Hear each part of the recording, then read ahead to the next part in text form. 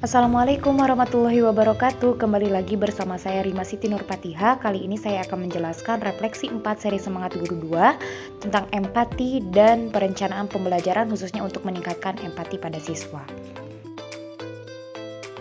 Adapun topik bahasan yang akan kita bahas, yang pertama adalah apa itu empati, yang kedua macam-macam empati, yang ketiga cara dan praktik mengasah empati, yang keempat tips menerapkan empati. Apa itu empati? Empati merupakan kemampuan untuk memahami perasaan, pikiran, dan keinginan orang lain, namun dalam saat yang bersamaan tetap terpisah dengan menjadi diri sendiri. Selanjutnya tentang macam-macam empati. Yang pertama adalah empati global, ini pada usia 0 sampai 1 tahun. Kita sering melihat bahwa ada bayi yang menangis, bayi yang lain pun ikut menangis. Secara alamiah itu merupakan salah satu bentuk respon empati dari satu anak ke anak yang lain yang disebut dengan empati global. Yang kedua adalah empati egosentris. Yang dimaksud dengan empati egosentris ini berada pada usia di bawah 5 tahun, di mana anak-anak mulai mampu membedakan bahwa kesusahan yang dialami oleh orang lain bukan berarti kesusahan yang dialami oleh diri sendiri. Kemudian empati kognitif. Pada empati kognitif anak mulai memahami apa yang dirasakan orang lain, khususnya pada orang-orang yang dikenali seperti teman, kemudian ayah, ibu, dan lain sebagainya. Sedangkan pada empati abstrak, yaitu di atas 10 tahun, anak-anak mereka mulai memahami apa yang dirasakan oleh orang lain sekalipun tidak dikenali oleh mereka, seperti itu. Bahasan berikutnya adalah tentang hal-hal yang membuat kita merefleksikan diri tentang sejauh mana kita memiliki rasa empati. Ialah tentang cara dan praktik mengasah empati. Yang pertama adalah tentang kontak mata. Yang dimaksud dengan kontak mata adalah sejauh mana kita menatap lawan bicara kita ketika sedang mendengarkan cerita dari orang lain. Yang kedua adalah respon yang sesuai. Apakah kita memberikan respon yang sesuai ketika orang lain bercerita terhadap kita? Yang ketiga adalah menghindari gangguan. Yang dimaksud dengan menghindari gangguan adalah ketika kita mendengarkan cerita, kita mencari tempat dan situasi yang nyaman agar bisa mendengarkan cerita yang disampaikan.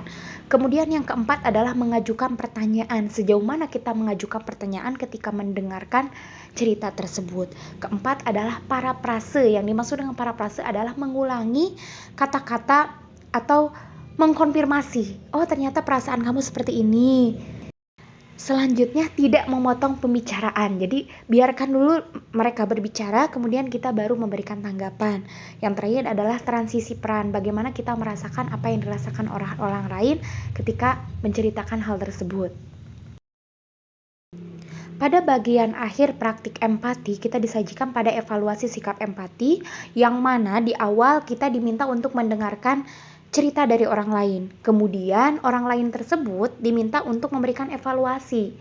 Sejauh mana kita memberikan kontak mata, apakah tidak pernah, kurang cukup, atau sering respon, menghindari gangguan, mengajukan pertanyaan, parafrase, dan lain sebagainya. Panduan ini bisa menjadi monitor buat kita sejauh mana kita empati terhadap orang lain. Selanjutnya tentang tips menerapkan empati.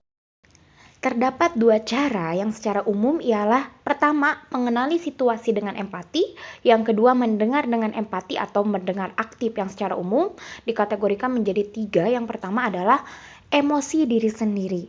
Yang pertama, kita memahami apakah pernah merasa sedihkah, pernah merasa bahagia.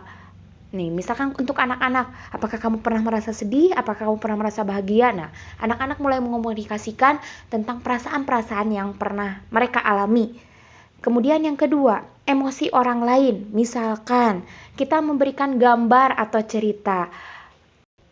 Jika ada orang yang diam, terus tiba-tiba mungkin ada seseorang yang memukulnya, bagaimana perasaan kamu? Ini untuk merenungkannya di bagian merenungkan atau mendiskusikan bagaimana keperasaan dia ketika mendapati hal seperti itu. Yang kedua, apa yang akan kamu lakukan? Dan masih banyak pertanyaan pemantik yang bisa diajukan kepada siswa untuk meningkatkan empatinya. Lanjutan tips menerapkan empati, yang pertama, guru perlu memiliki komitmen memahami dan memenuhi kebutuhan peserta didik. Yang kedua adalah menggali aspek kognitif, afektif, dan behavior siswa dalam memahami situasi sehingga mampu meningkatkan rasa empati. Sekian dari saya. Terima kasih.